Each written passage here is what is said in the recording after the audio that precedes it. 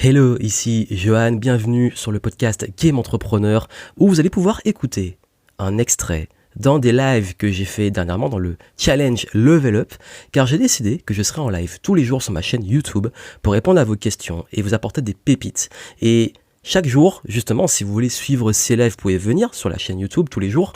Et je me suis dit que ce serait intéressant pour certains sujets qui ont beaucoup plus plu et qui, je pense, peuvent vraiment vous aider, de les mettre également en format podcast pour vous qui aimez écouter justement les podcasts, pour que vous puissiez profiter des conseils si vous avez manqué le live et avoir ces pépites que j'ai partagées.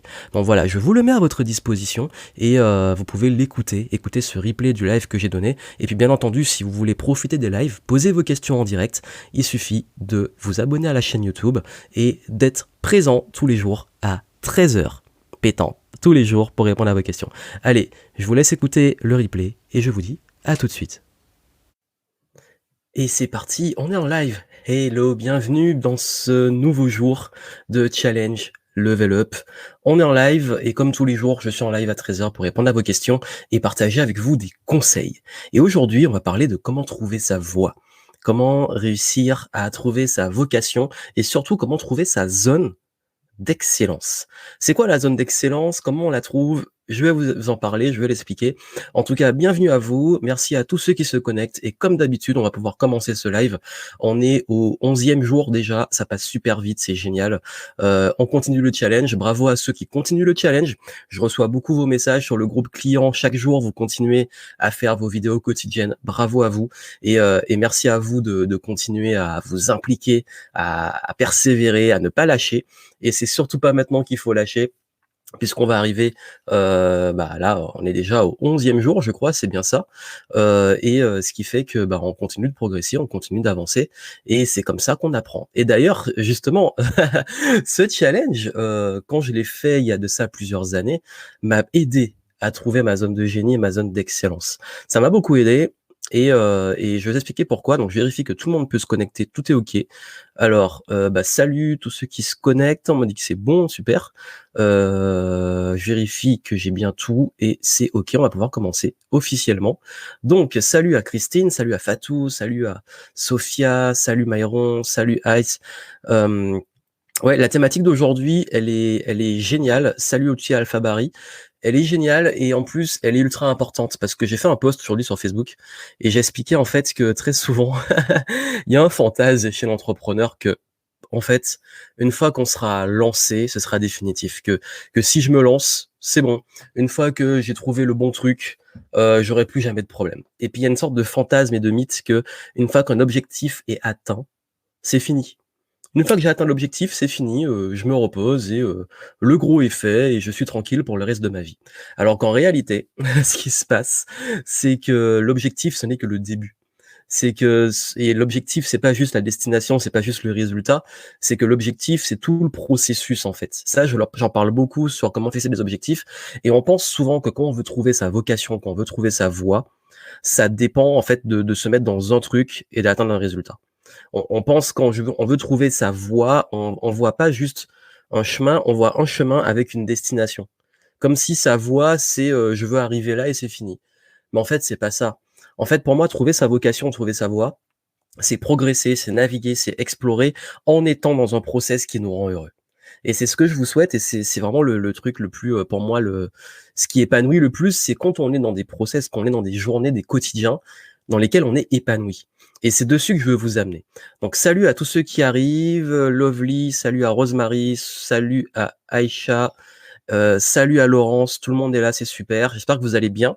Et justement, vous, est-ce que vous pensez avoir déjà trouvé votre voie? Est-ce que vous pensez être déjà, on va dire, incarné pleinement votre vocation? Est-ce que vous avez vraiment envie de faire dans la vie?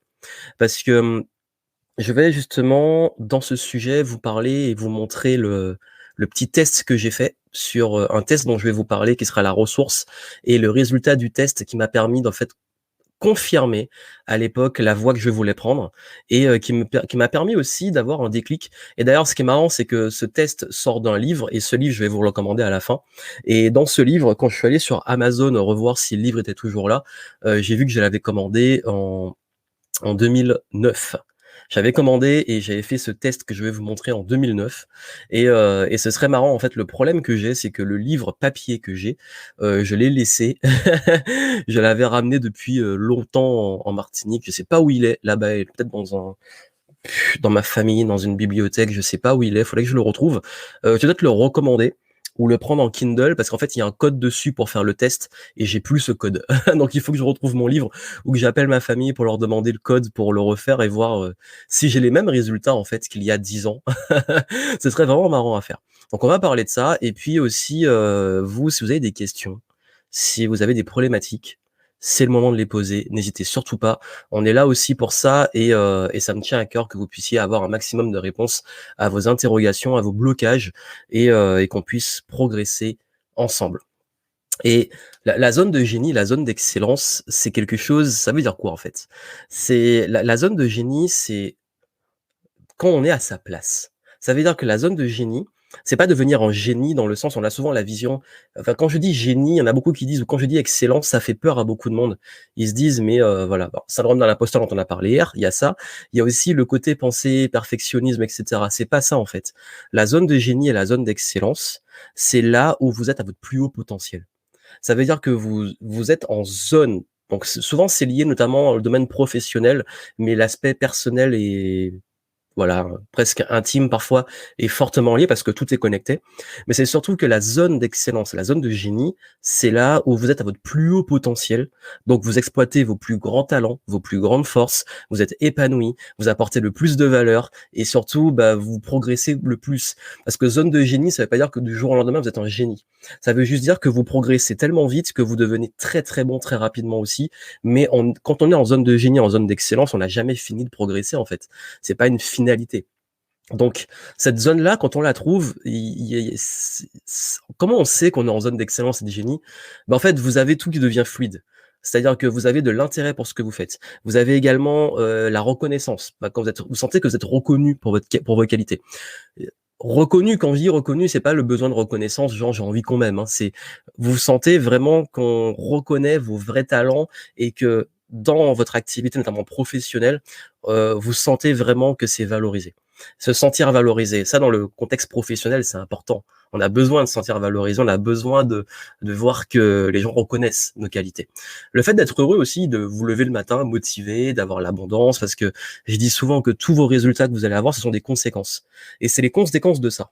Et le gros souci, c'est que le grand drame de notre époque, pour moi, c'est que trop de personnes ne sont pas dans leur zone d'excellence. Trop de personnes ne sont pas à leur place, en fait.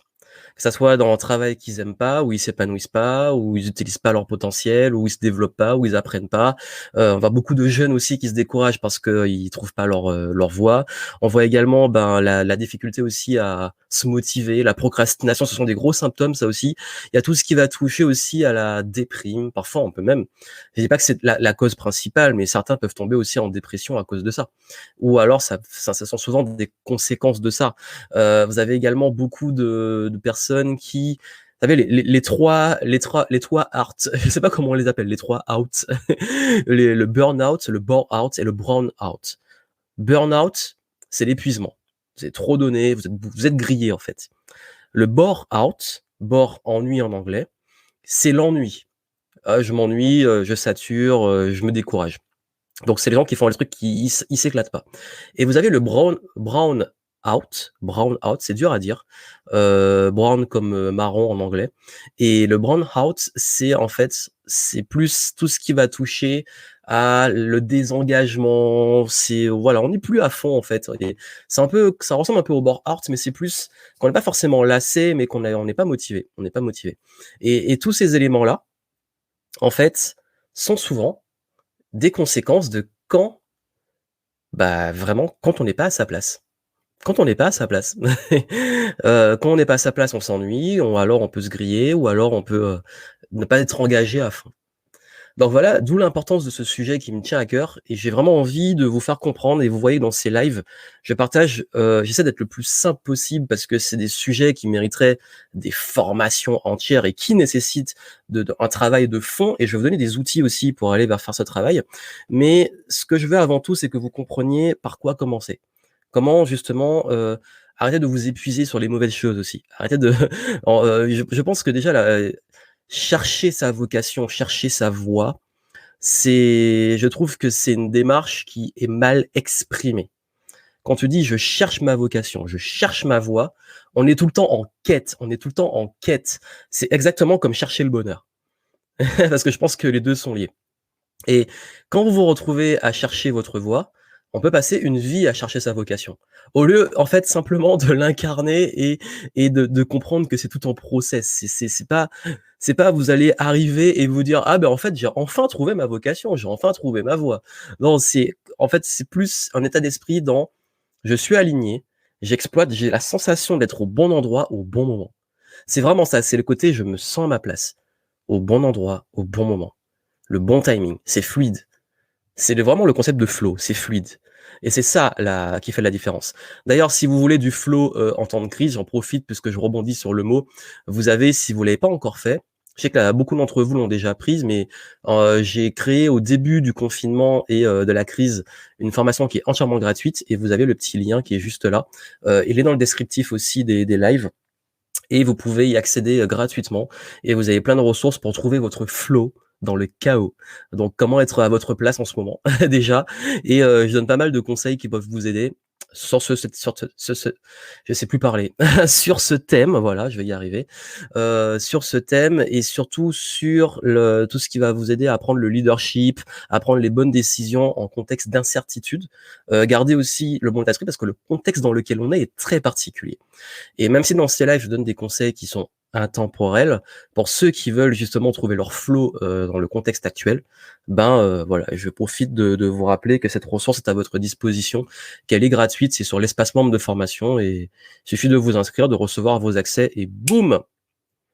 Vous allez pouvoir en profiter. Et donc voilà, donc du coup, on va parler justement de comment trouver sa place et plus que ça, comment trouver sa zone d'excellence, sa zone de génie. Et la zone de génie, elle se débloque à tout niveau. Elle se reconnaît que vous soyez entrepreneur, c'est ce qui est je recommande à tous les entrepreneurs que j'accompagne. C'est là où vous allez être le plus dans la progression, dans le succès business. Ça veut dire que en termes de leadership, en termes d'entourage, en termes d'environnement, en termes d'impact, en termes de contenu, c'est ça qui va faire vraiment que vous allez être vraiment à votre place.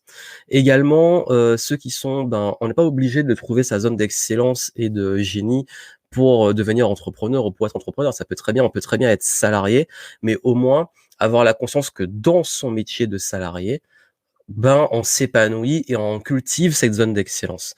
Ou on peut être artiste, des artistes qui exploitent à fond leur talent artistique, peu importe.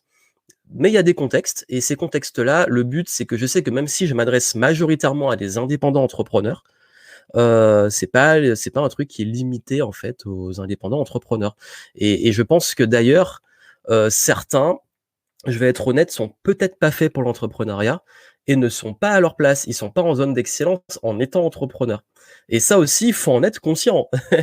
C'est pour ça que je voulais vraiment mettre cette parenthèse parce que je parle beaucoup business, entrepreneuriat, mais ce que je vais vous donner n'est pas exclusif au business. Donc il y a aussi salut à Jessica qui nous a rejoint entre-temps, salut Active Worker, j'ai pas encore vu ton nom avant, mais en tout cas merci d'être venu. Trop content qu'on parle enfin carrière sur YouTube. En fait, je parle pas vraiment de carrière, enfin si carrière, mais je parle, de carrière beaucoup plus sur l'entrepreneuriat, mais également, en fait, trouver sa voie aussi. J'ai fait beaucoup de plans personnels pendant très longtemps et j'aide des personnes à progresser dessus. Donc peut-être que je sais pas si tu nouveau. En tout cas, merci d'être là et ici sur cette chaîne YouTube, je partage principalement des conseils pour aider des indépendants, des entrepreneurs, des personnes qui se lancent à, réussir à faire des business qui leur ressemblent, donc ceux qui démarrent à se lancer et vu le sujet d'aujourd'hui, j'encourage à se lancer vers quelque chose qui nous correspond et pas de l'entrepreneuriat opportuniste, pas aligné et puis ceux qui ont déjà une activité, mieux gérer leur temps, à se développer et à scaler leur business et cetera. Donc bienvenue, mais en tout cas, Voilà, ici on parle carrière, mais principalement carrière entrepreneur, mais également les conseils que je donne aident beaucoup aussi, que ça soit des jeunes, des salariés, des personnes qui veulent se reconvertir, des employeurs, parce que entrepreneurs aussi, eh ben on a des salariés, on a des équipes, et il est important aussi de faire évoluer ces équipes et ces salariés en zone d'excellence. C'est ultra important. Donc voilà pour ma vision de l'entrepreneuriat, et puis bienvenue à toi si tu es nouveau. Salut à toi Mohamed, bienvenue encore. C'est un super thème, oui. Alors, j'ai vécu le brown out il y a quelques mois, une galère positive qui m'a permis de me lancer aujourd'hui dans mon activité. Bah, super, super, super. Et d'ailleurs, j'avais fait une vidéo sur la chaîne sur, qui, sur ma chaîne sur le bore out et le brown out de l'entrepreneur. Parce que on peut vivre ça quand on est salarié. Il y a aussi des entrepreneurs qui s'ennuient. Moi-même, je l'ai vécu. C'est au bout d'un moment, ben, tu fais tout le temps la même chose et puis tu commences à t'ennuyer. Et c'est important par rapport au sujet que je vais aborder d'en être conscient aussi. Donc voilà, bore out, c'est trop ça, c'est exactement ça. Et comme je l'ai dit, c'est un truc qu'on voit aussi chez les entrepreneurs. Par contre, entrepreneur, on n'en parle jamais. On n'en parle jamais, c'est dingue. Alors que c'est vraiment quelque chose qui a sa place dans toute profession, dans toute carrière. Ne pas se sentir à sa place, exactement, c'est ça. Il est important que chacun reconnaisse sa part de responsabilité, ne pas être à sa place. Ce n'est pas la faute de l'employeur à 100%. Tout à fait, je suis entièrement d'accord. C'est un commun accord, mais comme je l'ai dit, c'est soit enfin pour moi avoir la position souvent de l'employeur et personne qui recrute, je sais ce que c'est que quand quelqu'un est pas à sa place, d'avoir une responsabilité soit d'arrêter de travailler avec la personne parce on l'aide pas en fait. Et puis au-delà de ça, ben aussi la personne qui a un job, ben, de s'en rendre compte. Mais dans le domaine pro, c'est toujours un peu compliqué. Enfin, un entrepreneur qui ne taille pas trop sur le salariat, ça n'a jamais été ma philosophie pour être honnête, hein. J'ai jamais été en mode anti-salarié puisqu'il y a un moment, faut être lucide. Si tu es entrepreneur, tu as besoin aussi de salariés. Enfin, dans le monde, on a besoin de toutes les professions, et s'il y a des salariés, c'est parce qu'il y a des entrepreneurs, et s'il y a des entrepreneurs, c'est parce qu'il y a des salariés. Donc, je trouve qu'en fait, ce qui est justement la philosophie que j'ai, c'est chacun à sa place. Mais quand je dis chacun à sa place, chacun s'éclate là où il est. Et ça, c'est pour moi le plus important. Donc, salut à toi, Facebook user. C'est un super sujet. Merci, Nathalie. En tout cas, ravi que tu sois une nouvelle personne. En tout cas, n'hésite pas à t'abonner à la chaîne et à suivre si tu aimes les conseils de carrière et tout. Et je parle surtout business, entrepreneuriat, mais on parle aussi état d'esprit, gestion du temps, motivation, management, etc. Toutes les compétences pro qui sont importantes et parfois des sujets un peu plus philosophiques. Donc, salut à toi, Fanny. Salut, Jessica. Je pleurais sur mon lieu de travail en me demandant ce que je foutais là. J'ai connu ça aussi. J'ai connu ça pendant mes études, quand j'étais en école d'ingénieur et que, en fait, je me suis rendu compte que j'étais pas à ma place, c'est pas ce que je voulais faire. Du coup, j'ai changé d'orientation, et j'ai vécu ça aussi quand j'étais le mail dont je vous ai parlé. Je sais pas si vous vous rappelez, en début de semaine. Si vous voulez, je vais le relire pour ceux qui, parce qu'en fait, ça va faire le pont. Non, je vais le relire à la fin, quand je vais vous parler de ce fameux test que j'ai fait et comment j'ai retrouvé ce mail où j'étais en colère et en larmes avant de devenir entrepreneur. Donc voilà, je pense que j'ai bien introduit le sujet. La majorité des gens sont là en direct, on va pouvoir commencer. Et je vais vous parler en fait, comme j'ai dit au début, il y a un intérêt à trouver sa zone d'excellence, et surtout, quand on y est, quand on n'y est pas. Quand on y est, en fait, c'est fluide, on est heureux, on est épanoui, on progresse. Quand on n'y est pas, je résume, hein. Quand on n'y est pas, tout est ralenti, on n'est pas bien. On le sent, en fait. Faut écouter ses ressentis. Et déjà, je crois que le plus important, si on veut arriver à trouver sa zone d'excellence, pour moi, il y a un premier réflexe. Il y a un premier réflexe qui est ultra important. Et pour trouver sa zone d'excellence, le premier réflexe qu'on a tendance à avoir, et que beaucoup ont, c'est normal, c'est humain. On le fait tous, on passe tous par là, mais il faut arrêter. C'est être à l'extérieur. Ça veut dire quoi, être à l'extérieur? On va se comparer aux autres. On va se comparer aux autres. En cherchant sa voie, on va regarder tout ce que les autres font et on se dit, comment je peux copier? Ça a l'air cool, ça a l'air cool. C'est pas complètement mauvais. Ça dépend comment on le fait. Je vais expliquer. Quand on est à l'extérieur, On attend que l'extérieur nous dise quoi faire. On attend que le monde, que les autres, que des personnes viennent et nous aident à confirmer qu'on est sur la bonne voie. Donc du coup, on attend, comme une sorte d'approbation ou alors on se met à copier, mais on n'est pas nous-mêmes. On peut avoir tendance aussi à se mettre en compétition avec les autres. Ça aussi, c'est quand on cherche sa voie, ben, on se dit, on va chercher des entrepreneurs. Ouais, ben moi je veux faire 5 000 par mois, moi je vais faire 10 000, moi je vais faire 15 000, moi je vais faire 20 000, moi je vais faire 100 000, moi je vais faire 1 million. Et lui, s'il fait 1 million, ben moi il faut que je fasse 2 millions. Et s'il fait 2 millions, moi il faut que je fasse 10 millions. Et puis il y a une sorte de compétition comme ça. Mais en fait, t'es pas dans ta zone d'excellence quand tu es en compétition comme ça en fait, quand tu veux toujours être au-dessus. Parce qu'encore une fois, je mets toujours de la nuance dans ce que je dis. Parce que tout ce que je vous dis là peut être utilisé, mais bien, et vous allez comprendre. Également, quand on cherche à vouloir justement la reconnaissance. Et quand je dis la reconnaissance, c'est qu'on veut être aimé. On fait les choses dans une motivation que les autres nous acceptent, enfin nous acceptent tout court, que les autres nous aiment. OK, ben si je me lance, je veux qu'on m'aime, je veux que je veux être bien vu, vous êtes pas en zone d'excellence quand vous avez peur du jugement et quand vous cherchez l'approbation et le jugement. Tu vu, tout ça, c'est des réflexes qui sont humains parce que l'humain est une bête sociale. Et d'ailleurs, je pense que c'est l'un des plus gros problèmes de notre espèce, de toujours vouloir, plus et de vouloir que quand l'autre a, on veut aussi ou quand l'autre a, on veut lui enlever parce qu'on veut l'exclusivité. Il y a ce truc comme ça qui est, humain, mais qui je trouve est dommage parce qu'il je pense que ça crée pas mal de conflits internes et externes. Mais en tout cas, si vous voulez justement utiliser ces leviers sociaux pour trouver votre zone d'excellence, il faut changer les choses. J'ai parlé de se comparer aux autres. Ne vous comparez pas aux autres. Ne copiez pas les autres. Inspirez-vous des autres. C'est ça la nuance. S'inspirer versus copier, se comparer. S'inspirer, c'est dire, ah bah tiens, lui, pourquoi il m'inspire?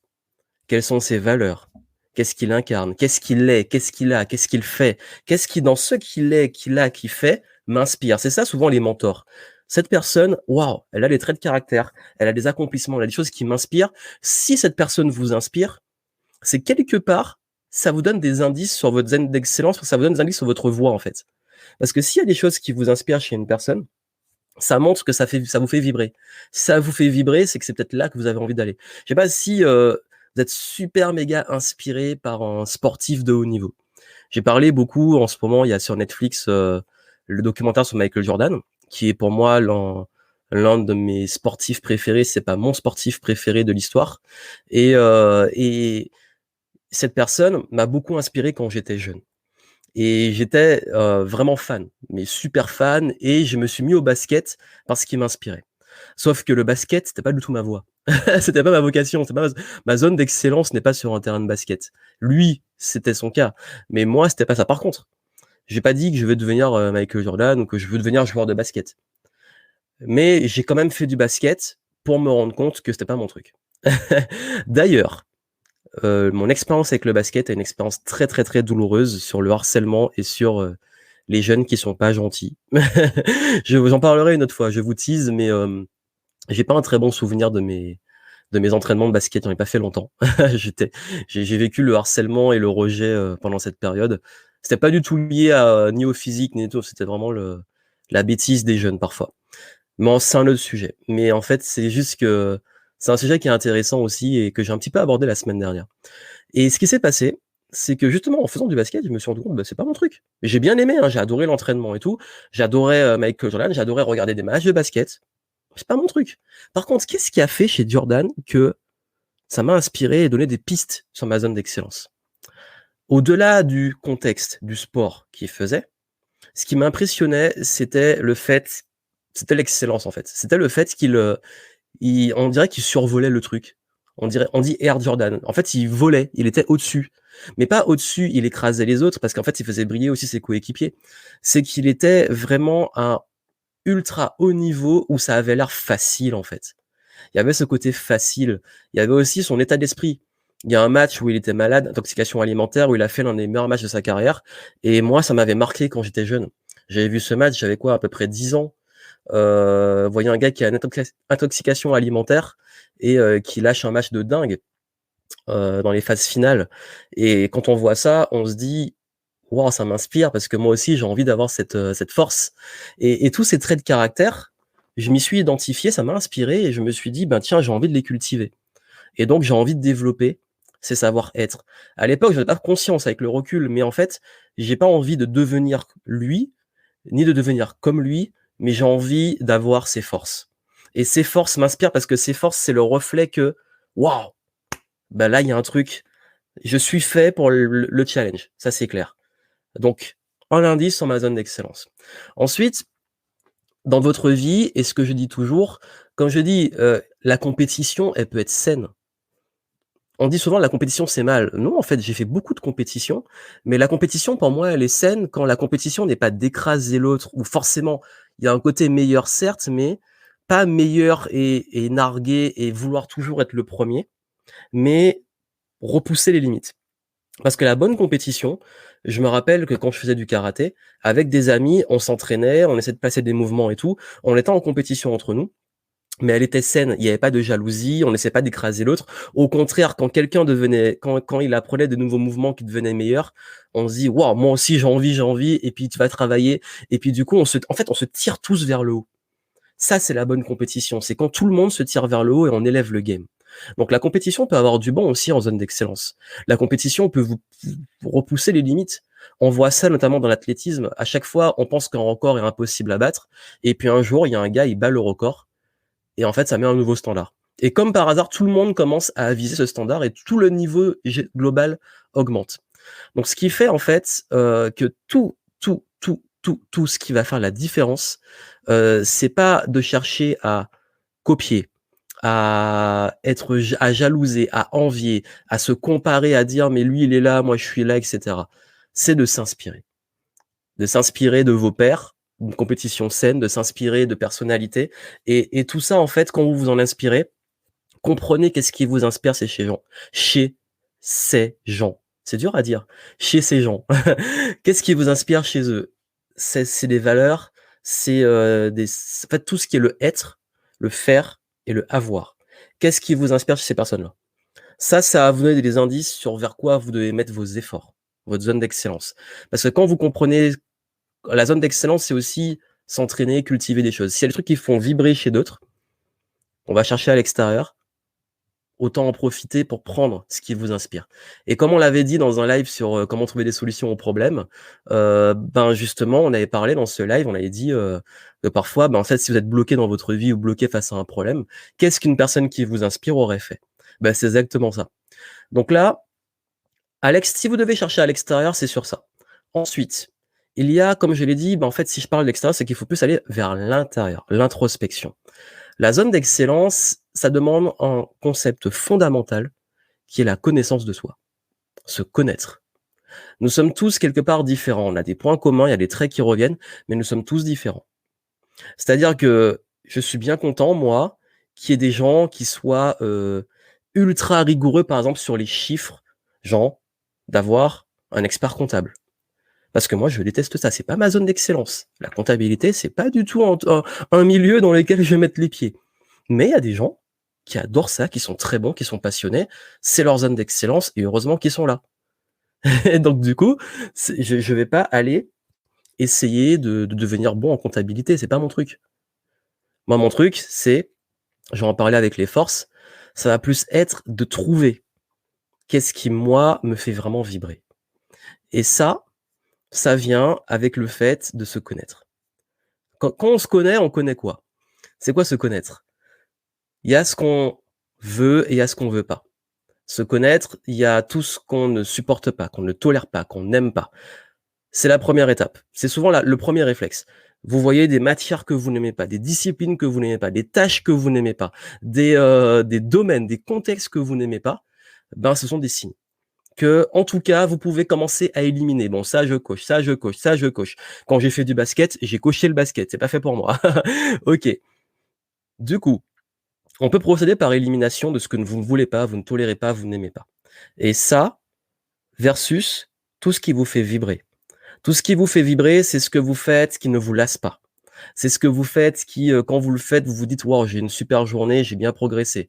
C'est quand vous le faites, vous voyez pas le temps passer. C'est quand vous le faites, enfin, quand vous apprenez des choses, vous progressez super vite dessus. Et en fait, ça, c'est des indices sur votre zone de génie. Tout ce que vous aimez, tout ce qui est fluide, tout ce qui est passionnant pour vous et tout ce qui va vite. Il y a souvent cette notion de vitesse un peu aussi, c'est-à-dire que quand on n'est pas en zone d'excellence, la progression, elle est lente, on galère, on essaie de on n'est pas à sa place, en fait. Alors qu'il y a des moments où il y a des disciplines où ça va vite, on apprend super vite, c'est facile et puis on se dit: «Mais c'est presque pas normal, en fait. Pour moi, c'est facile, pour les autres, c'est peut-être un peu plus lent. Mais les autres vont avoir des facilités qui, pour vous, vont être lentes». Donc du coup, c'est ça, trouver sa zone d'excellence. C'est aller vers ce qui est fluide. C'est ça, chercher la fluidité. Et souvent, on la trouve ou parfois, en fait, je vais vous dire une chose, la zone d'excellence, vous allez pas la trouver, avec une feuille de papier à chercher. Je vais être honnête avec vous. Hier, j'ai insisté sur le syndrome d'un imposteur en disant que vous allez pas le régler en, faisant 10 000 thérapies quantiques, hypnose et travail personnel. Vous pouvez le faire en parallèle, mais ce qui va vraiment aider, c'est l'action. Ben, la zone d'excellence, c'est pareil. Pourquoi? Parce qu'en fait, vous êtes beaucoup d'ailleurs de multipotentiels à me suivre. On va parler demain de multipotentialité et le problème de la multipotentialité, c'est qu'on est passionné par plein de choses. On peut être même bon dans plein de choses, mais on a toujours du mal à trouver son truc. Et parce qu'en fait, notre truc de multipotentiel, ça peut être aussi pas juste une compétence ou un domaine, ça peut être des forces. Et c'est vers ça que je veux vous amener. Ça peut être des atouts, des forces, des qualités qu'on peut exploiter dans plein de domaines différents. Je peux donner mon exemple parce que je l'ai beaucoup vécu. J'ai passé des années à me chercher en fait et à chercher ma voie. J'ai fait, du basket, du football, du karaté, de la planche à voile. J'ai fait plein de sports, plein d'arts martiaux, plein de sports collectifs, plein de sports individuels. J'ai fait un peu de tennis, mais j'ai pas aimé trop. Et tous ces sports, j'étais jamais excellent, mais j'étais plutôt bon en fait. Et ce qui est dur, parce qu'il y a un moment, tu te dis: «Bon, bah, en fait, je suis bon, mais si je travaille plus, je peux devenir excellent, mais en même temps, je suis passionné par autre chose» et puis du coup, bah, à l'école, pareil, j'avais des plutôt bonnes notes dans toutes les matières. Il y a pas une matière où j'étais le plus mauvais. Ça, c'est vraiment le truc du multipotentiel. C'est que tu peux passer d'une discipline à l'autre et le problème avec ça, c'est que, bah, c'est un problème d'ailleurs de multipotentiel et de haut potentiel, enfin bref. Ça, c'est aussi des cases et le truc, qui était dur, en fait, c'est que, ouais, il y a un moment, tu te dis mais on te dit: «Il faut que si tu veux faire un truc, il faut le faire à fond, tu dois choisir un truc» et il y a un moment, bah, j'ai arrêté, en fait, de chercher la discipline parce que dans l'entrepreneuriat, en fait, j'utilise les mêmes choses et j'ai plus commencé à me demander et ça, c'est un conseil que je donne aux multipotentiels qui veulent trouver leur zone d'excellence, c'est pas chercher le domaine ou la discipline. C'est chercher, en fait, quelles sont mes forces que j'utilise dans tous ces domaines. Qu'est-ce qui fait que je suis bon? Quelles sont mes forces dans le football? Quelles sont mes forces dans le basket? Quelles sont mes forces à l'école? Quelles sont mes forces dans l'entrepreneuriat? Quelles sont mes forces dans chaque discipline? Et vous vous rendez compte, en fait, que ces forces, ce sont les mêmes, mais qu'elles vous servent dans toutes vos disciplines. Et je vous jure que ça m'a enlevé d'un poids, en fait. Je partage vraiment une expérience personnelle parce que il y a aussi ça dans ces lives. J'essaie de rendre disponible au maximum une expérience et de vous soulager de cette charge mentale et de cette pression de trouver sa voie s'enfermer dans un domaine. En fait, dans votre vie, vous allez avoir peut-être plusieurs métiers.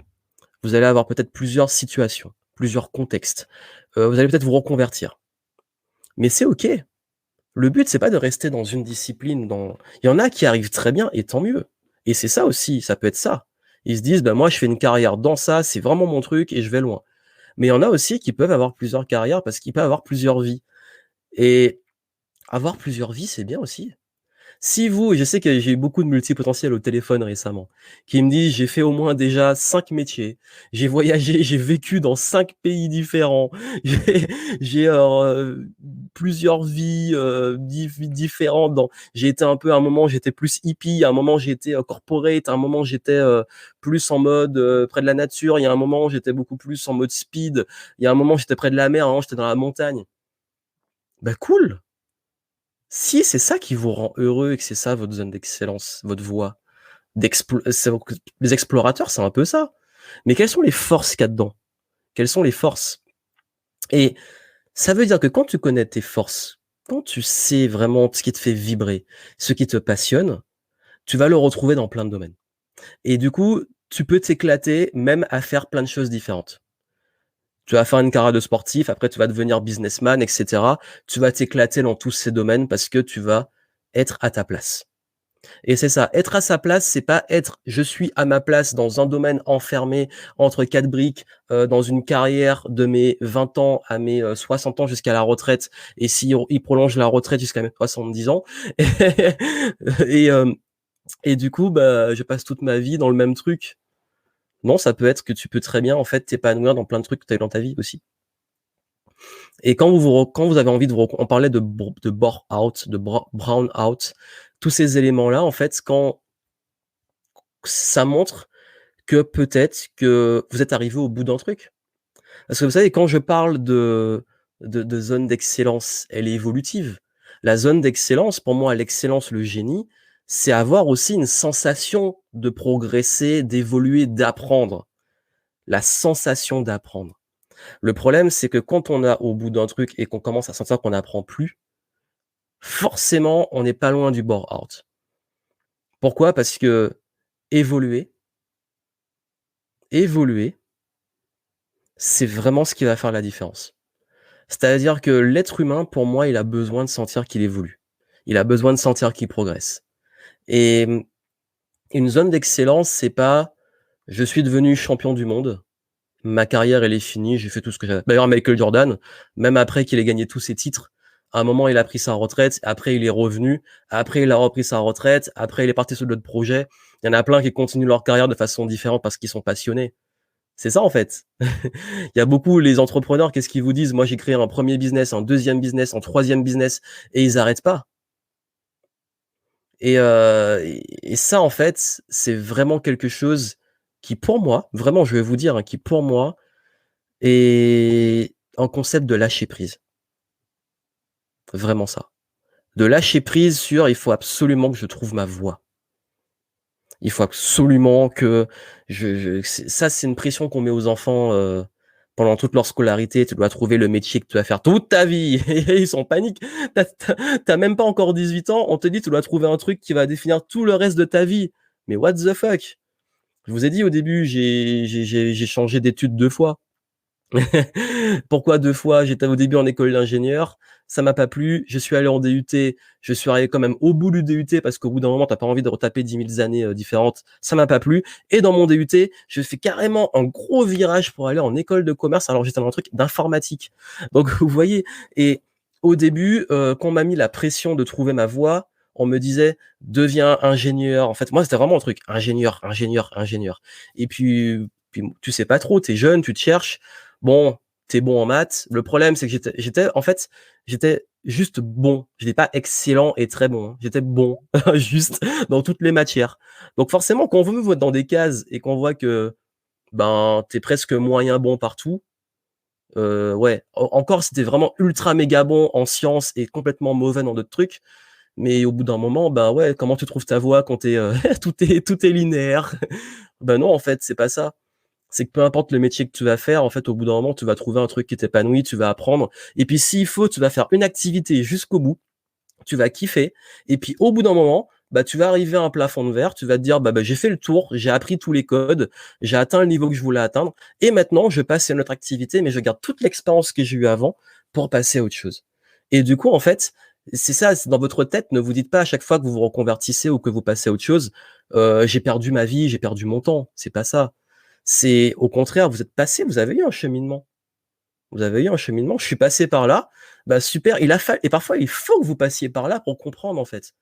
Moi, j'ai aucun regret d'avoir foiré ma première année d'études. Parce que je me dis: «Il a fallu que je fasse ça pour me rendre compte que c'est pas ma voie» et quand j'ai vu ça, j'ai continué sans prendre un gros virage et j'ai vraiment vu que c'était pas mon truc, qui m'a amené dans un truc, l'école de commerce, où je m'y suis un peu plus retrouvé, mais c'était toujours pas mon truc. Ensuite, je suis devenu entrepreneur et dans l'entrepreneuriat, bah, je me suis éclaté et puis au bout d'un moment, j'ai voulu changer les choses et puis encore à un moment, et même en voulant changer les choses, après, hop et de fil en aiguille. Et ça, en fait, c'est un chemin. Et quand je vous dis que on dit souvent, hein, le bonheur, c'est le chemin, c'est pas la destination. Mais tout ça, j'ai kiffé. J'ai kiffé, j'ai même avec le recul, oui, j'ai kiffé pleurer en cours parce que je me demandais qu'est-ce que je foutais là? Parce que en fait, avec le recul, tu te dis: «Bah, en fait, ça a été la meilleure leçon de ta vie». Tu as vu que, ben, tu as essayé un truc, tu es allé au bout, tu en plus, je suis des Antilles, je suis parti en France, donc de Martinique à France métropolitaine. Je suis parti de 28 degrés tous les jours, 28-30 degrés à dans le froid, et cetera, à faire des études, à me retrouver dans une pièce avec des gens, où je me rendais compte que finalement, culturellement, il y avait quand même on a beau être français tous, il y avait quand même des petits décalages, des trucs, mais je m'adapte. Je m'adapte toujours moi. Mais ça a été dur et souvent d'ailleurs les Antillais quand ils partent leur première étude, c'est un petit peu difficile. Mais voilà, en fait, il a fallu que j'ai cette expérience-là et tout ça franchement, ça a été vraiment dur, hein, je vous dis. Mais avec le recul, je me dis: «Il a fallu que tu aies ces difficultés, que tu rencontres ça pour devenir qui tu es aujourd'hui». Donc ne vous dites pas: «J'ai perdu ma vie, j'ai perdu 10 ans de ma vie à faire ça». Non, tu es passé par là parce qu'il fallait que tu passes par là. Il fallait que tu vives ça en fait pour avancer. Le truc, c'est d'en être conscient. Le plus grand drame, c'est pas de perdre son temps sur une voie qui nous convienne pas. Le plus grand drame, c'est d'avoir une voie, voilà, elle vous convient pas, mais n'a jamais prendre la décision ou avoir la lucidité de vous dire: «Bon, ben là, en fait, il est temps de passer à autre chose». C'est en fait, le plus grand drame et qui vous prive de votre zone d'excellence, de votre zone de génie, c'est de rester à un endroit qui ne vous correspond pas ou qui ne vous correspond plus. Ça, c'est le plus grand drame. Explorer, tester des choses jusqu'à trouver ce qui vous fait vibrer et en être conscient. Les conseils que je vous donne vous amènent à être conscient. Être conscient que votre zone d'excellence, vous allez la cultiver en passant le maximum de temps de vos journées, en passant le maximum de vos journées sur les choses sur lesquelles vous avez le plus d'impact, que vous apprenez le plus et qui vous rendent le plus heureux. C'est vraiment ça. Impact, apprentissage, bonheur. Quand vos journées sont remplies au maximum de ça, boum, là, vous êtes en zone d'excellence. Et ça, vous allez le retrouver dans plein de disciplines, dans plein de domaines. C'est pas grave, le domaine, la discipline. Je sais que quand je dis à des entrepreneurs multipotentiels, il va falloir te spécialiser, il va falloir affiner ta cible, il va falloir faire des choix. Ils sont en panique, mais tu me mets dans une case et tout, je veux pas. Je dis, mais non, le but, c'est pas de t'enfermer dans une case, c'est de commencer par ça. Tu commences par ça, tu poses une première pierre et ensuite tu poseras une deuxième et ensuite une troisième. C'est ça en fait la zone d'excellence, c'est des étapes. C'est pas tout de suite, j'arrive, boum, je suis dans mon siège parce que j'ai fait une hypnose et un truc. Ah ouais, ça c'est mon truc et j'y vais. C'est pour ça que beaucoup d'artistes, vous voyez que les artistes d'ailleurs, ils ont des albums qui cartonnent et les albums qui sont des bides. Il y en a qui cartonnent tout le temps, mais il y a des artistes, il y a quand même toujours sur les longues carrières, des moments où ils changent. Vous voyez, il y a un moment peut-être que, je sais pas, il va être beaucoup plus agressif, pas polémique, mais il va peut-être défendre une cause et tout. Après, il va avoir un truc beaucoup plus calme, beaucoup plus love. Après, il va revenir avec un truc qui est plus pour s'amuser. Après, il va revenir avec un truc conscient, avec du sens sur le recul sur la vie. Après, il va revenir sur un truc peut-être encore plus énervé. Il y a toujours ce truc-là, en fait. Et c'est ça. Mais il est quand même dans sa zone d'excellence parce que il chante, il est artiste et il s'éclate dans sa musique, même si sa musique évolue. Bah, même dans le business, votre musique évolue, votre business, vos projets évoluent, dans votre vie, dans vos vies professionnelles, ça évolue. Mais par contre, vous exploitez vos talents. Et ces talents-là, c'est ça que vous cultivez. Et en plus, ce qui est génial, c'est que vous vous rendez compte aussi d'une chose, pour ceux qui ont le syndrome de l'imposteur, si on fait le point avec le sujet d'hier, pour ceux qui ont le syndrome de l'imposteur, toutes ces disciplines que vous avez vécues, toutes ces vies professionnelles, tous ces domaines que vous avez explorés, vous avez renforcé des forces. Vous avez renforcé des compétences, des atouts, des savoir-être, des savoir-faire. C'est ça qui vous a amené là aujourd'hui. Si vous avez fait 10 ans dans un métier où peut-être vous avez mal vécu, vous avez quand même appris des choses, vous avez développé des compétences, vous avez développé une expérience. Et aujourd'hui, dans le projet que vous avez aujourd'hui, ne dites pas j'ai perdu ma vie avec ça avant, dites-vous plutôt j'ai appris plein de choses et j'ai fait tout ce process pour arriver là où j'en suis aujourd'hui, qu'est-ce que j'en fais? Et là, c'est la zone d'excellence. C'est que tu es conscient de l'excellence que tu as développée et de l'excellence que tu cultives au quotidien. Tu es conscient de ton génie, tu es conscient de tes atouts, tes forces. Et c'est pour ça que on différencie toujours ça y est, ce qu'on appelle la mission de vie. J'aime bien ce concept, mais il est un peu flou encore. Enfin, il est flou parce que il est mal compris. Quand on dit trouve ta mission de vie, on pense tu dois te former dans un domaine et faire la même chose toute ta vie. Ta mission de vie peut très bien en fait être incarnée au travers de différents projets. Ta mission de vie, c'est pour moi vraiment ce que dans chaque projet tu vas mettre, que tu vas construire dans chaque projet, dans chaque contexte. Donc, vous avez compris, la zone d'excellence, c'est vous à l'intérieur. C'est vos compétences, vos savoir-être, votre attitude, ce que vous cultivez comme progression, comme épanouissement, comme apprentissage, comme impact. C'est pas la zone d'excellence, c'est pas un métier, c'est pas une voie tracée, c'est pas un domaine, c'est pas un contexte. C'est vous, l'impact que vous allez avoir dans tous les projets de votre vie. C'est ça qui va faire la différence. Et c'est le message que je voulais vous donner aujourd'hui. C'est un message qui est très important parce que vous commencez à voir que dans ces lives, je donne des conseils qui sont très différents de ce qu'on peut souvent entendre. Mais ce qu'on entend souvent, vous en êtes conscient aussi que tous ces trucs-là, c'est pas forcément applicable. On vous dit d'aller prendre une feuille, de faire 2-3 exos pour trouver ta mission de vie. Vous vous rendez compte que vous en êtes toujours au même point. On voit on essaie d'orienter plein de jeunes, de leur faire des trucs d'orientation et tout, et que finalement, en fait, non, ça marche pas parce qu'on trouve avec plein de gens qui sont employés dans des métiers qui leur correspondent pas, ou des jeunes qui sont inquiets pour leur avenir, etc. On a beau faire de l'hypnose sur des gens et on voit des gens encore qui enchaînent 10 000 séminaires de dev perso et qui sont toujours pas à leur place. Parce qu'en fait, on veut mettre les gens dans des cases. On veut mettre des gens dans des cases. On veut leur dire, toi, tu dois, parce que tu es comme ça, aller dans cette case. Je sais que je parle beaucoup de multipotentialité. Vraiment, je veux dire ma vision des choses. Vraiment, ça c'est vraiment juste moi. C'est ma vision. Pour moi, tout être humain est multipotentiel. Tout être humain est multipotentiel. Chaque être humain s'adapte, peut apprendre, a plusieurs passions, est curieux. C'est le propre de l'humain. Et donc, il y en a, oui, qui sont capables de rester dans une même carrière et qui kiffent ça. Il y en a qui explorent, il y en a qui font un petit peu des deux, qui aiment la stabilité en même temps le mouvement, etc. Ça n'empêche rien, mais je pars du principe que tout le monde peut apprendre et a des potentiels variés et qui peut l'exploiter dans différents projets. Et le truc, c'est que si justement, et c'est vraiment ma vision idéaliste, on arrivait à faire comprendre aux personnes leurs vrais talents.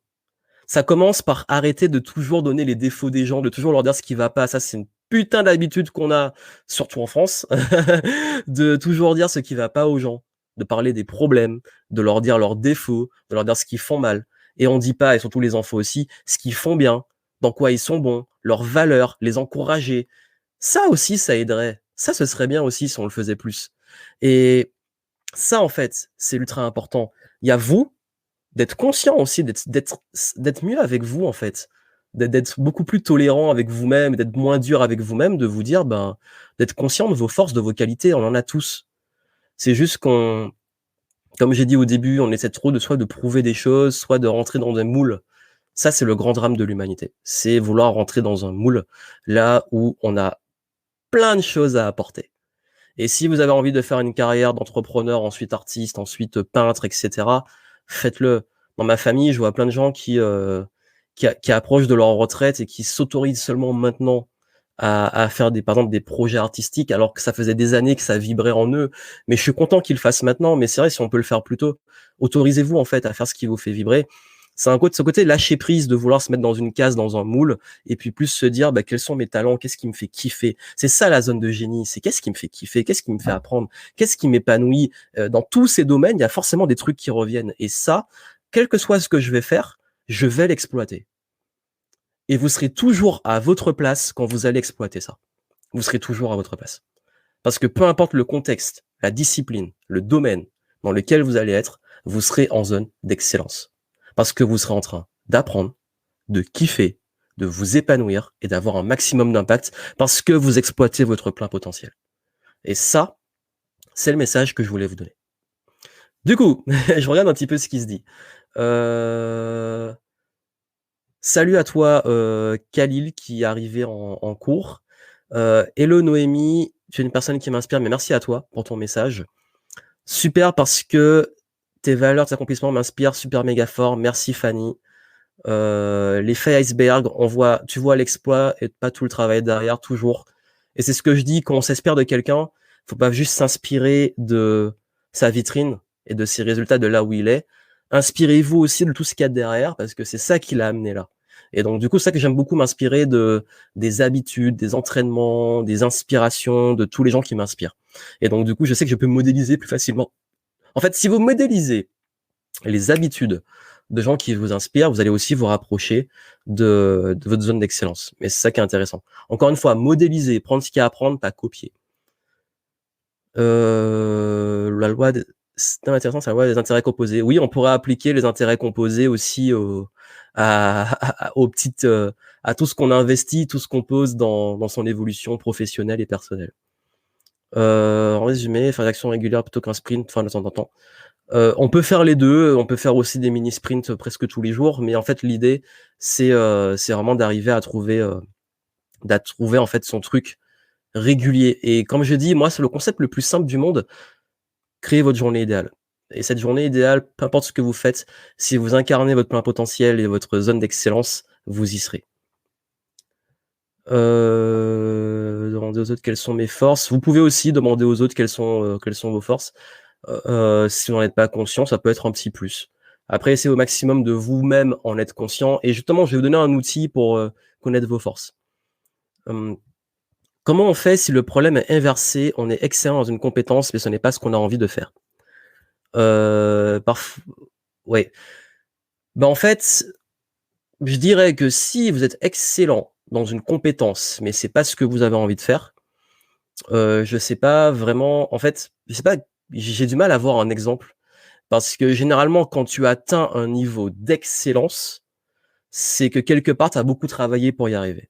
Et si tu as atteint l'excellence, alors que c'est pas que tu aimes, soit tu t'es forcé, soit tu as été forcé. Soit tu t'es forcé, soit tu as été forcé.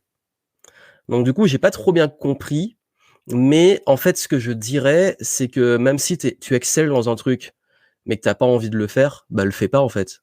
Non mais vraiment, si c'est pas un truc dans lequel tu as envie d'évoluer, que le truc qui te fait kiffer, un truc qui t'es pas à ta place, mais t'es très très bon, ben ouais, ah si, j'ai peut-être un exemple.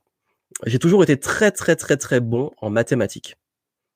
Voilà, j'ai toujours eu des très bonnes notes en maths. J'ai fait d'ailleurs un bac S et les études que j'ai faites au début, c'était très scientifique. Je dirais que j'étais très bon en maths et j'avais des facilités en maths. J'avais peut-être atteint l'excellence, j'avais des très bonnes notes, mais j'avais pas envie de faire une carrière dans les maths. Et même encore aujourd'hui en business, ça me saoule. Je fais des maths très très simples, c'est du basique comparé à ce que je faisais avant, ça n'a rien à voir. Bah justement en fait.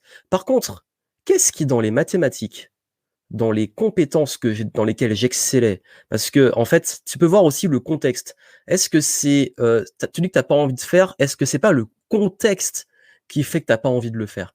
C'est ça que j'ai parlé de compétences que tu exploites dans différents contextes, des compétences transversales. Vous savez, il y a un truc qui m'a beaucoup débloqué quand j'étais au collège. Il y a ma prof de français qui m'a dit, en fait, elle m'a changé. Franchement, j'ai une énorme gratitude de cette prof de français, du fait qu'elle m'ait dit ça. Je pensais, il y avait une croyance que j'étais mauvais en français. J'aimais pas lire. J'avais juste les notes qu'il fallait. J'étais bon en dictée et tout, mais juste t'apprends par cœur et tu retranscris le truc. Mais le français, j'aimais vraiment pas le français. Hein. J'avais pas des super notes. C'était juste moyen. Et ma prof de français m'a dit, si t'es bon en maths, normalement, tu es censé être bon en français. Parce que si tu sais faire de la démonstration, si tu comprends la logique, si tu comprends, t'as l'esprit analytique, etc., tu es censé pouvoir être bon en français. Et elle m'a ouvert une opportunité, une croyance à laquelle que j'avais jamais envisagé en fait. Et depuis qu'elle m'a dit ça, mes notes en français ont explosé. Et j'ai plus vu le français comme un truc qui me saoulait. J'ai vu le français un peu comme pas des mathématiques, mais presque. Et je me suis dit, en fait, ouais, tout ce que tu fais en logique, en démonstration, quand tu analyses un texte en français, tu fais une démonstration. Quand tu as une rigueur mathématique, tu as une rigueur aussi de la langue française. Tous ces trucs-là, en fait, j'ai commencé à faire des ponts. Et j'ai une grosse gratitude pour cette professeure parce que s'il y avait plus de profs comme ça, je pense que ça aiderait beaucoup plus d'élèves. Plutôt qu'on leur dise qu'ils sont mauvais ou qu'on essaie de les faire devenir bons sur des trucs qu'ils ont vraiment pas envie de faire. Mais justement, Devenir bon sur un truc que tu as pas envie de faire, peut-être que tu peux utiliser le même talent. Et quand tu comprends que ce talent-là te sert dans un autre contexte, c'est génial. Et d'ailleurs, je parlais de pont. Je pense que si j'ai réussi à être bon dans les sports collectifs, football, basket, etc., c'est parce que j'avais une capacité à analyser le jeu et ce même esprit d'analyse, ce même esprit tactique, stratégique, je l'utilisais et je l'ai développé en apprenant les mathématiques. Mais dans le contexte des mathématiques, au bout d'un moment, ça m'a saoulé. Dans le contexte du jeu, j'ai kiffé. Et d'ailleurs, c'est pour ça que le jeu vidéo développe aussi beaucoup de compétences, enfin plus des savoirs, des biais enfin pas des biais cognitifs, des connexions, voilà. Développe des connexions sur l'orientation, sur la façon de réfléchir, etc. selon les jeux vidéo. Et c'est ce qui fait que aussi il y a plein de disciplines comme ça que tu fais, tu penses ne pas apprendre, ne pas être intelligent, alors qu'en réalité tu l'es. D'ailleurs, tous ceux qui vous disent que les sportifs, les footballeurs, tout ça sont des gros débiles, ils ont des formes d'intelligence développées. Intelligence de jeu, intelligence sportive, intelligence musculaire, analyse, stratégie. Je peux vous dire que les tactiques en sport sont très complexes. Surtout, d'ailleurs, on parlait du basket, les séquences à apprendre, mais c'est dingue, c'est pire que des cours de mathématiques. Hein. D'ailleurs, la fameuse stratégie du triangle en basket, si vous connaissez pas. C'est très mathématique, la stratégie du triangle. Et pourtant, c'est une tactique de sport. Donc, vous voyez, en fait, il y a plein de ponts comme ça dans des disciplines, et c'est ça que je dis souvent. Et si je devais conclure pour répondre à ça, comme je dis souvent, on dit beaucoup l'école ne sert à rien. D'ailleurs, justement, je suis l'un des rares entrepreneurs, peut-être, je sais pas, enfin, dans cette industrie, qui ne crache ni sur les salariés ni sur l'école. Pourquoi? Parce que moi, je trouve que l'école, malgré tous les torts qu'elle a, et j'en suis conscient, le rôle, c'est pas juste de t'apprendre à faire des mathématiques. Son rôle, c'est pas juste de t'apprendre à faire du français. C'est pas juste d'apprendre l'histoire. Son rôle aussi, c'est d'apprendre justement à apprendre, à réfléchir, à avoir une rigueur. Elle le fait bien, elle le fait mal. Souvent, ça dépend des profs aussi, mais on s'en fout. En fait, généralement, tu as des choses à apprendre. Et même si tu as oublié toutes tes leçons, tu as au moins appris à réfléchir. Tu as au moins appris à avoir une rigueur. Et ça, c'est important. Donc, s'il fallait dire, si vous avez des compétences que vous êtes très bon, mais que vous n'avez pas envie de le faire, une compétence ne sert pas à faire qu'une chose. Une compétence peut servir dans d'autres contextes. Donc, si vous êtes, par exemple, très bon en mathématiques comme moi, mais que vous n'avez pas envie de faire des mathématiques, qu'est-ce qui, dans la logique et l'intelligence mathématique, peut être utilisé dans d'autres contextes? Et je suis content aujourd'hui de pouvoir l'utiliser dans le business pour appliquer ce qu'on appelle la business science. Analyser des métriques, des chiffres, optimiser des business, scaler des business, c'est des mathématiques. Et oui, si vous voulez vendre plus, si vous voulez scaler votre business, si vous voulez augmenter votre taux de conversion, si vous voulez gagner plus d'argent, tout à l'heure on parlait d'intérêt composé, etc. L'argent, c'est des mathématiques. Donc je suis bien content que ces trucs de maths me servent à gagner de l'argent aujourd'hui. Exemple. Donc voilà, donc si vous avez du mal, vous êtes bon dans les trucs, mais vous n'avez pas envie de le faire, faites-le dans une autre forme, ou utilisez ce que votre cerveau utilise dedans pour le faire autrement. Est-ce que tu connais MO2I, mode opératoire? Moi, le retour, ça, je suis doué pour analyser et rendre simple un truc compliqué, mais je sais pas comment en faire un infoproduit. Je ne sais pas trop. Je ne sais pas c'est quoi. Jamais entendu parler, j'ai peut-être dû voir passer, enfin je sais pas. Mais en tout cas, si tu es doué pour analyser et rendre simple un truc compliqué, en fait, c'est le propre de la pédagogie. Après, si tu ne sais pas comment faire un infoproduit, il faut juste apprendre comment transformer un savoir en connaissance que tu peux transférer. Ça s'apprend, ça.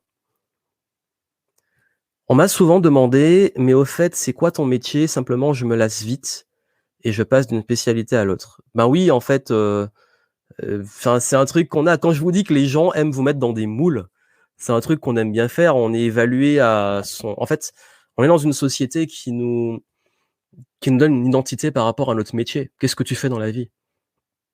Mais on ne demande pas qu'est-ce qui te fait kiffer dans la vie, qu'est-ce qui te rend heureux, dans quoi t'es bon, qu'est-ce que comment je sais pas, tu changes le monde, tu changes le game, comment tu rends d'autres gens heureux. Non, c'est quel métier tu fais. C'est vraiment dommage. Hein, il y a toute une éducation à refaire sur ça. Et ça montre le conditionnement qui fait qu'on se trompe sur comment trouver sa voie. Par exemple, Mathieu dit que j'aurais dû faire de l'enseignement car j'avais une facilité pour expliquer, transmettre l'information, mais enseigner ne me correspond pas. En fait, voilà, si les gens si ton ça te correspond pas, utilise, ce qui te correspond et puis après si vraiment enseigner, tu sais que ça te correspond pas, ne le fais pas. Et c'est autre chose et à force de faire, comme je l'ai dit, hein, c'est en explorant parfois il faut explorer. Tu en fait, suivez aussi, votre intuition, suivez ce que vous avez envie de faire. Vous avez envie de faire un truc, vous savez pas si c'est vraiment votre truc, faites-le. En fait, c'est ça, c'est cette côté, trop réfléchir. Parfois, faut juste faire, en fait. Et si vous faites, vous allez vous rendre compte que souvent, vous allez soit confirmer, soit avoir des belles surprises. Moi, j'ai eu des très belles surprises, hein, de choses que je pensais que j'étais incapable de faire. Genre, faire des vidéos. Ça, c'est le truc. Je vous jure, avant que j'en fasse, mais j'aurais jamais imaginé ça. J'aurais jamais imaginé si un jour, les gens qui me connaissent depuis longtemps, mais jamais, tous me disent, mais c'est ce que tu fais aujourd'hui, mais non, c'est Johan avant, Johan maintenant, il y a un problème. Mais il a fallu que je fasse, en fait, pour me rendre compte. OK, j'avais du mal. J'espère que tu l'as trouvé, mais encore une fois, comme j'ai dit, trouver sa voie, c'est pas, trouver sa voie, finir dans une case, c'est, plus en fait, je préfère plus pas trouver sa voie. Bon, après, c'est ce que les gens cherchent, donc j'ai mis le titre comme ça. Moi, c'est plus trouver son flow, en fait. Trouver son flow. Le flow, c'est le surf. C'est-à-dire que peu importe la vague, tu vas surfer. Arrêtez de chercher votre voie, trouvez votre flow. Parce que le flow, vous allez l'avoir dans tous les contextes, dans tous les domaines, et vous allez rester dans le flow. Alors que trouver sa voie, on se dit: «Bon, je prends un chemin et j'y reste». Moi, je suis le genre, comme beaucoup d'entre vous multipotentiels, si je suis sur un chemin, j'ai trop envie, s'il y a d'autres trucs, d'aller regarder autour, de partir, de prendre une autre route, de descendre, de revenir, de reprendre ce chemin, de revenir en arrière, de me dire et enfin, je veux pas rester. Tu me dis: «Moi, va là et fais ça», en fait, limite, j'ai l'impression que tu me tues, en fait. Tu me mets dans une case, dans une boîte, tu me tues. C'est c'est vraiment ça, tu me tues. Pour moi, finir dans une case et dans un moule, c'est la mort assurée. C'est la mort assurée. C'est comme ça que je suis et vraiment, ça c'est je peux pas, ça me fait peur. C'est les trucs, donc quand tu trouves ton flow, l'avantage c'est que justement tu es plus dans ces trucs-là. Tu te dis que peu importe le moule où tu vas être, je surfe. Donne-moi la vague que tu veux, l'océan que tu veux, je vais surfer, t'inquiète, parce que je sais surfer. Donc merci à toi Valentin. Ça fait du bien de se sentir compris sa multipotentialité. L'orientation toute ma vie, c'est une énorme pression. Oui, on a tendance à se mettre beaucoup de pression et je vous invite à plus de lâcher prise sur ça. Plus de lâcher prise et plus de flow. Comme je dis, le flow, c'est vraiment l'image. Il y a plein de façons d'enseigner, c'est vrai. C'est vrai, en fait, on pense que, moi, par exemple, je peux vous donner un exemple, hein. Je suis incapable d'être prof. Je veux pas devenir prof. On m'a dit aussi que tu devrais être prof et d'ailleurs certains me disent quand ils voient mes contenus: «Mais tu devrais trop être professeur et cetera». Non. Par contre, là, j'enseigne. C'est une façon d'enseigner et parfois, je m'adresse aussi à des jeunes et j'ai des projets aussi pour les jeunes et j'enseigne, mais d'une autre façon, avec ma liberté, avec ce que j'ai envie de partager et du coup, j'enseigne aussi, mais je m'éclate parce que j'utilise une compétence dans un contexte différent. Et puis le jour où j'en ai marre de faire ça et que j'ai envie de faire autre chose, je ferai autre chose, mais je serai toujours dans mon flow, en fait. Changer de métier, c'est pas renoncer. Renoncer à quoi? Certainement pas à soi. Au contraire, c'est se respecter. Oui, et changer de métier pour aller vers quelque chose où on se sent plus à sa place. Ça, c'est ultra important. Hem Soyez au maximum dans l'action. En fait, c'est ça, c'est le mouvement. Restez en mouvement, ne restez pas statique. Restez en mouvement et enfin, après il y a un équilibre, hein, allez pas en mouvement, devenez pas fou, ultra agité, qui part dans tous les sens, sinon c'est pas productif non plus. Mais le mouvement dans le sens, sans explorer, continuer à bouger, et d'ailleurs, c'est un truc qu'on voit aussi, on parlait des jeux vidéo. Moi, quand je joue à des jeux vidéo, il y a beaucoup d'exploration.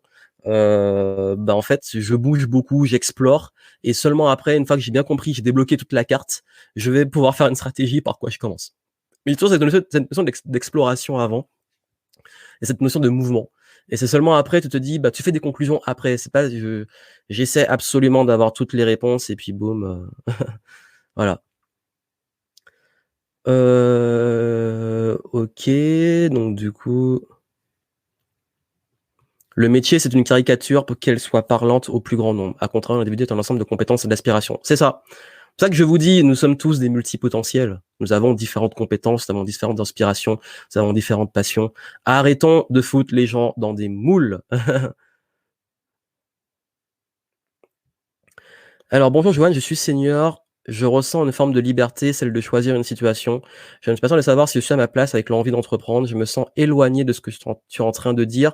Je me sens convaincu de tes propos. Je me demande si je peux accéder à tes recommandations afin de pouvoir en parler en tête-à-tête probablement. Donc j'ai pas très bien compris, ce que tu entends par mes recommandations, mais en tout cas, après ta place, que ça soit dans l'entrepreneuriat ou autre, c'est pas trop grave, hein. C'est comme je l'ai dit, c'est plus toi, Heu, comment tu as envie? Qu'est-ce que tu as encore envie d'apprendre? Qu'est-ce que tu as envie d'apporter? Comment tu as envie de contribuer? Est-ce que tu as juste envie d'avoir, la paix? Et d'ailleurs une zone d'excellence, ça peut être aussi, par moment, bah, se consacrer à il y en a qui sont excellents aussi et on parle souvent de métiers et tout et qui ont juste envie de s'occuper de leurs proches, de leur famille et qui excellent dedans et c'est très bien aussi. Enfin, je veux dire, c'est ça. C'est ça pour moi être à sa place donc voilà. C'est ce que je pourrais te dire en tout cas. Oui, on n'est pas bon pour encourager, c'est culturel, mais en fait, on a un petit côté râleur, critique. Je ne suis jamais resté plus de 6 ans sur un métier, même si j'ai aimé, que j'étais motivé à fond jusqu'à bosser les week-ends. Après, c'est pas trop grave, hein, tant que en fait, c'est ça, tant que tu es heureux, enfin, tu es heureuse, après, il faut trouver justement avec le concept que je t'ai donné, c'est pas grave si tu changes, tant que tu es heureux, alors en fait, c'est ça, c'est l'instant présent et quand tu as ta place. Donc pour moi, c'est le plus important. OK.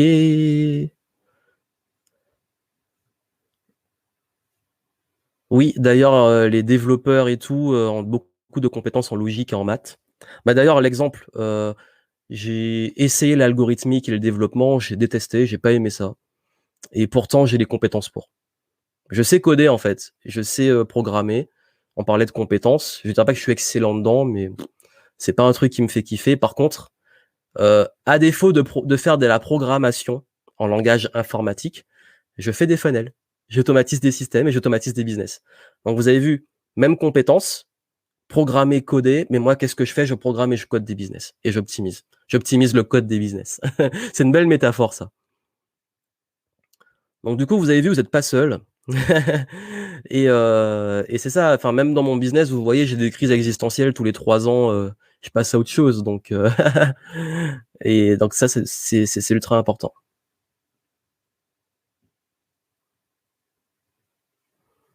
On a des gens qui se sont perdus. Heu,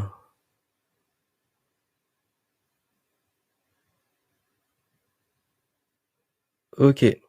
Donc du coup, Noémie, j'ai une petite question. Tu fais quoi exactement avec les jeunes? Tu interviens dans des lycées, par exemple, dans parce que moi, je pense qu'au maximum de jeunes devraient entendre ton message.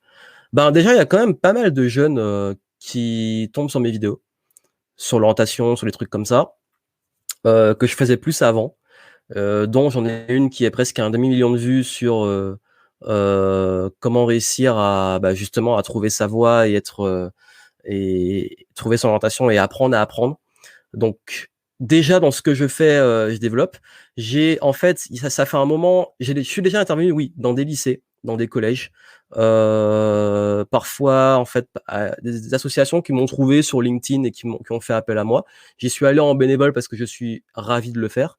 De ma propre initiative, en fait, comme j'ai kiffé le faire, c'est beaucoup arrivé en 2019. J'ai tellement kiffé le faire que je suis en train de développer une branche de game entrepreneur pour les jeunes. Et le but, c'est pas de faire de la formation pour les jeunes, mais mon but, c'est pas faire de la formation pour les jeunes. Mon but, c'est beaucoup plus d'aider et de leur donner des pistes parce que je pense que si ils peuvent avoir ces éléments-là le plus tôt possible et puis aussi de mentorer de professionnels, ben, plus tôt on les aide et plus tôt ils ont accès à ces ressources et plus on a des personnes qui, pour moi, en fait, s'il y a des gens qui doivent changer le truc, ce sont les jeunes. Donc je pense que c'est ça qui fera la différence. OK, donc Darouk qui est en train de s'exciter sur le chat, je t'invite à te calmer sur Facebook, parce que je crois qu'on parlait d'être à sa place, ben, je pense que tu as raté un peu ton truc, ta voix. Donc à la limite, si tu veux te lancer dans le rap game, fais-le bien, quoi. C'est ce que je connais beaucoup de rappeurs et ils ont pas ton mindset. Voilà, petit tacle, mais en bon, bah, arrête tes délires, quoi.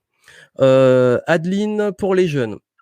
Super. Oui, en fait, je vais lancer un projet que je suis en train de développer parce que Je l'ai déjà fait par-ci par-là, mais c'était un peu désorganisé. Et là, vraiment, on va le faire à fond. Là, vraiment, on va lâcher le paquet et on va aider un maximum de personnes. Et, euh, et je pense que aussi, j'ai des clients dans l'écosystème game entrepreneur qui aident les jeunes.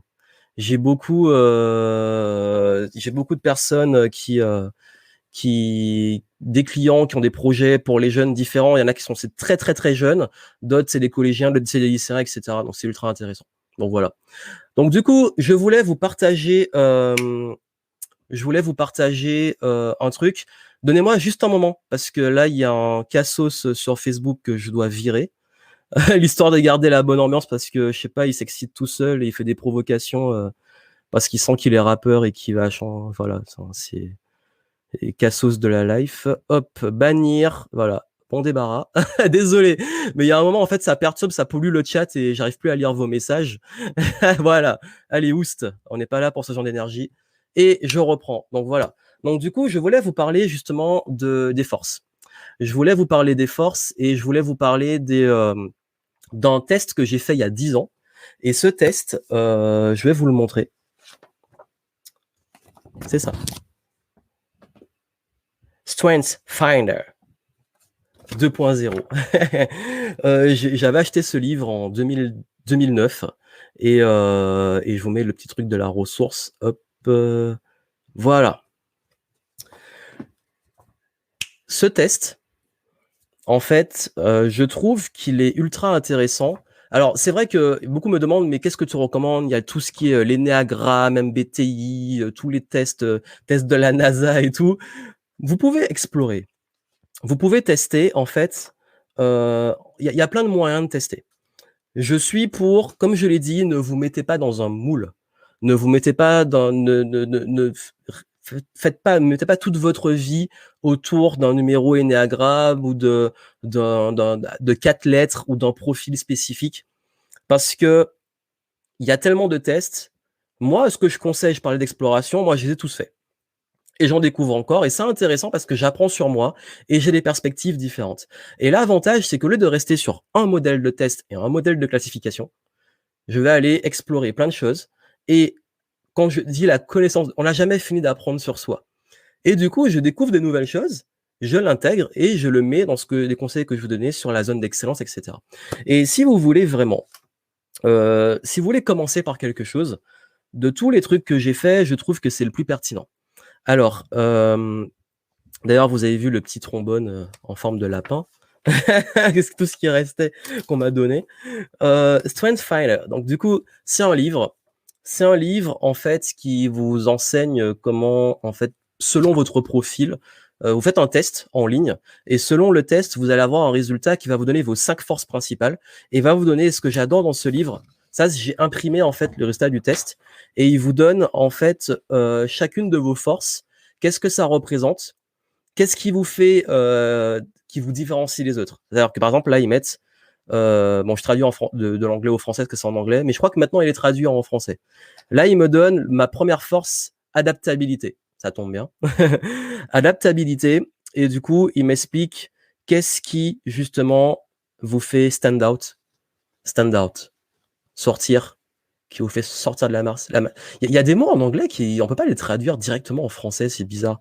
Stand out, c'est vraiment quand what make you stand out, c'est qu'est-ce qui te fait ressortir en fait du lot. Ouais, sortir du lot, c'est ça, c'est plus ça. Mais c'est pas exactement ça, mais c'est ce qui se rapproche le plus. Et en fait, donc voilà, il vous donne des éléments et puis il vous pose des questions. Il vous pose des questions pour creuser cette force. Et puis après, moi, ce que j'aime, c'est l'autre partie derrière. Et il donne justement il donne plein de conseils, des puces promesses, plein de puces sur comment exploiter au maximum ses forces, quel que soit le domaine. Donc vraiment, s'il y a un livre que je vais vous recommander, et l'avantage, c'est que je crois qu'aujourd'hui, il est en français. À l'époque, il n'était pas en français. Et en fait, c'est un livre, quand vous voilà. Oui, Noémie me dit stand out, se démarquer. Ouais, c'est un peu ça, sortir du lot, se démarquer. Mais en fait, l'expression anglophone a beaucoup plus d'impact que la traduction. Parfois, on peut traduire se démarquer, sortir du lot, mais il y a un truc, je sais pas, il y a des fois, c'est pour ça que d'ailleurs le copywriting est plus facile en anglais. On peut utiliser des mots plus simples. Bref, c'était la parenthèse. Mais en tout cas, ce que je vais vous donner là, hop, c'est... Je vais vous donner le lien du livre, si je le retrouve. J'ai mis ça où? Où est-ce que j'ai mis le truc? Voilà, c'est là. Strength Finder. Hop, je vous mets dans le chat. Mais je crois qu'il est traduit. Je sais plus le lien si vous amène sur la version anglophone ou quoi. Il est aussi en format Kindle, donc s'il y en a qui ont des problèmes de livraison avec le confinement, vous pourrez au moins l'avoir. Donc en fait, c'est un livre qui vous fait comprendre l'intérêt de viser sur ses forces plutôt que ses faiblesses. Et puis surtout, ce que j'aime avec ce livre, c'est que il vous donne un code. Vous allez sur le site, vous faites un test, et ce test va vous faire sortir ça, vos 5 forces. Et les 5 forces, il va vous expliquer comment les utiliser. Et si vous voulez, moi, je vous donne ce qui était ressorti comme mes forces. Voilà. Mon top 5 de mes forces, c'était ça. Je vous le montre. Voilà. C'est ici. Non, c'est inversé. C'est là. Donc, vous avez adaptabilité, relator, stratégique, maximizer, futuristique. Voilà. Ça, c'était mes 5 forces de l'époque et qui, je pense, sont toujours... c'est assez cohérent avec ça. Enfin, quand j'ai relu, j'ai dit, ben ouais, en fait, c'est ce que j'ai travaillé et développé le plus pendant 10 ans. Et vous aurez vos forces qui ressortent le plus. Et il va vous dire, voilà, section 1, awareness. Donc, comment comprendre ces forces-là. Section 2, application, 10 idées d'action pour chacune de vos forces, les top 5. Et les questions à vous poser pour appliquer vos talents. Et puis, troisième point, achievement. Attends, c'est quoi ça? Step for your tech. Ok, ouais, c'est comment en fait passer au next level. C'est des exemples et des personnes connues qui ont ces forces et comment elles les exploitent. Voilà, c'est ça. Donc du coup, vraiment, c'était la petite ressource que je voulais vous donner. Et si vous avez envie de faire ce petit test pendant le confinement, faites-le. Et est-ce que ça vous dit, est-ce que ça vous intéresse que je fasse une sélection de livres pour vous aider à trouver votre voie, mais dans cet esprit-là, dans l'esprit aussi de lâcher prise, d'exploration, d'être dans le flow en fait. Est-ce que c'est un truc qui pourrait vous intéresser? Et comme ça, peut-être que juste après, là, je peux tourner, aller prendre dans ma bibliothèque derrière et dans mon Kindle une sélection de livres. À la base, je voulais faire pendant le live, mais comme je savais que j'allais vous donner beaucoup, je voulais pas vous assommer de contenu. Mais est-ce que c'est un truc qui vous intéresse? Dites-moi dans le chat si vous voulez que je fasse une sélection de livres sur le thématique dont celui-là. Et s'il y en a qui veulent explorer un peu plus le sujet, qui veulent s'explorer. Encore une fois, comme je vous dis, n'attendez pas des réponses de l'extérieur qu'on vous dise fais ça, fais ça, fais ça. Explorez, apprenez à vous connaître. Et ça, c'est le travail d'une vie. Hein. Se connaître, c'est le travail d'une vie. Donc, du coup, je pense qu'on n'a jamais fini de se connaître. Et d'ailleurs, c'est ce que je dis. Je dis souvent, en fait, plus on avance dans son développement personnel, plus on a l'impression d'être vraiment soi. Et c'est ça, en fait. Et c'est ce que je vous souhaite. Et vous allez voir que plus vous allez vous connaître, plus vous allez être dans le flow. Pourquoi? Parce que vous saurez... Par exemple, moi, je suis heureux aujourd'hui de savoir mettre des limites. On a parlé des limites hier, de se mettre des limites, savoir dire non, sentir que cet engagement-là, c'est pas pour moi. Parce qu'en fait, après, on le disait, dans la vie, on a plein d'opportunités. Et savoir faire le tri aussi, savoir prendre des décisions ou se dire, bah, tel projet, telle stratégie, prendre des bonnes décisions, tout ça, en fait, tout devient beaucoup plus fluide. Donc, je pense que ça pourra vous aider. Donc, vous êtes tous chauds, apparemment. Ok. Amazon, version anglaise, ok. Après, vous allez le trouver, mettez le nom d'auteur, je pense que vous pouvez le trouver en français. En tout cas, même si le livre est en anglais, le test maintenant a été traduit en français. Alors oui, super, oui, ok, bah, je crois que c'est à l'unanimité. Je vous ferai la sélection. Ce que je vais faire, c'est que je vais carrément tourner la vidéo juste après, quand j'ai fini le live. Comme ça, quand je suis chaud, j'enchaîne et je vous la publie demain. Demain sur YouTube, demain matin, promis, vous avez la sélection des 10 livres. et je vous mets aussi une ressource. Si ça peut vous aider vraiment pour ceux qui ont envie de faire ce travail de fond, parce que je crois que c'est vraiment un sujet apparemment qui vous... Je pensais pas qu'il aurait autant de succès. D'ailleurs, demain, je serai de nouveau avec Cécile. Vous avez bien aimé notre live dimanche dernier. Donc demain, on vous fera un live sur comment faire le tri dans ces idées. Comment, quand on a plein d'idées, parce que là, j'ai donné des outils, le mindset, mais parfois on se retrouve avec plein d'idées, je sais plus où aller, et du coup, comment on trouve des par rapport à toutes ces idées, comment on fait le tri. Souvent, le plus difficile, c'est par quoi on commence, hein. C'est vraiment ça. C'est qu'à un moment, faut prendre les décisions et on va en parler parce que notre premier live était sur comment trouver des idées, justement, la créativité. Et le deuxième, on avait promis qu'on ferait un live sur comment trier ces idées. Parce qu'une fois que vous en avez plein, faut faire le tri. Donc du coup, je vous mets une petite ressource. S'il y en a qui veulent justement avoir tous mes outils qui sont dans cet esprit-là, pour aller plus loin sur ce que je partage, j'ai fait un pack parce que tous les week-ends du 1er mai, je propose toujours des petits packs, qui peuvent aider des personnes sur tout ce qui est l'organisation, la gestion du temps, apprendre, être plus focus, etc. Je vous ai fait un petit pack de programmes avec une énorme réduction comme d'hab sur les packs, parce que c'est le concept du pack. C'est un bundle. Trouver sa voie et le focus. Voilà, hop, je vous le mets. Et si vous voulez en profiter, j'ai mis ça à disposition jusqu'au, on va dire, comme demain c'est la fête du travail et que c'est le week-end prolongé.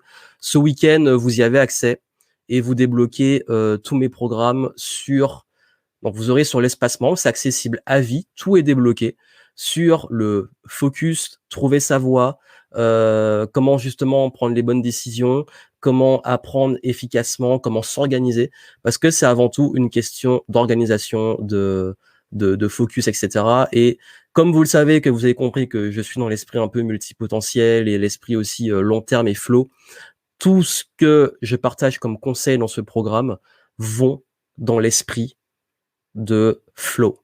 Trouvez votre flow et continuez à progresser.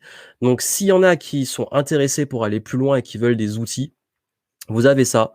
Et vous avez une énorme réduction sur ces programmes-là qui ont fait leurs preuves. Et si vraiment vous avez encore du mal avec ces concepts, ça pourra vous aider. Donc voilà. Donc du coup, c'était les deux ressources que je voulais vous donner. Donc le livre et ça. Et rien qu'avec ça, déjà, vous allez faire des gros progrès. Et je pense que ça va vous aider à continuer à rester dans le flow. Et comme je l'ai dit, ne cherchez pas votre voie, cherchez votre flow.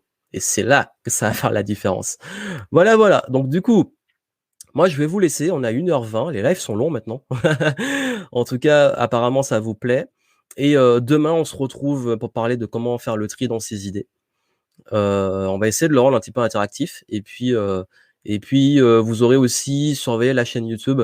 Vous aurez, et ça me tient à cœur, une petite sélection de livres pour vous aider à trouver votre voie. Voilà. Donc, je vous souhaite une excellente journée, après-midi notamment. Et puis pour ceux qui sont en décalage horaire, un gros coucou à vous. Et on se retrouve demain en live pour parler de tri dans les idées et continuer cette thématique. Et puis d'ailleurs, pour tous ceux qui font le challenge, j'ai prévu peut-être ce week-end ou en début de semaine prochaine de faire un truc spécial pour vous donner des feedbacks sur vos vidéos du challenge pour continuer à progresser. Et je pense que la dernière semaine, bon, je suis toujours dans les forces, il y a futuristique. Le gars est là dans le futur, au lieu de focus sur le présent, mais je vous tease un peu la suite. Je pense très sincèrement que la toute dernière semaine va être du challenge, donc la semaine prochaine. J'ai l'impression d'être en fin de semaine alors qu'on est que mercredi. On est mercredi ou jeudi? On est jeudi ou mais je sais plus. Je sais jamais quel jour on est. En tout cas, la semaine prochaine, je vais vous faire beaucoup plus parler business. Donc je profite encore là pour vous donner des pépites mindset pour progresser. Donc voilà, donc je vous souhaite une excellente... On est jeudi, ok, merci pour l'info. Avec ce confinement, enfin même hors confinement, je sais jamais quel jour on est. En tout cas, dans mes forces, savoir quel jour on est, c'est pas trop ma grande force. Et je vous retrouve donc pour la suite. Portez-vous bien, n'oubliez pas, trouvez le flow et c'est ça qui va vous rendre heureux. Le chemin avant la destination, ça vous le savez. Allez, plein de succès à vous et moi je vous dis à très bientôt. Ciao.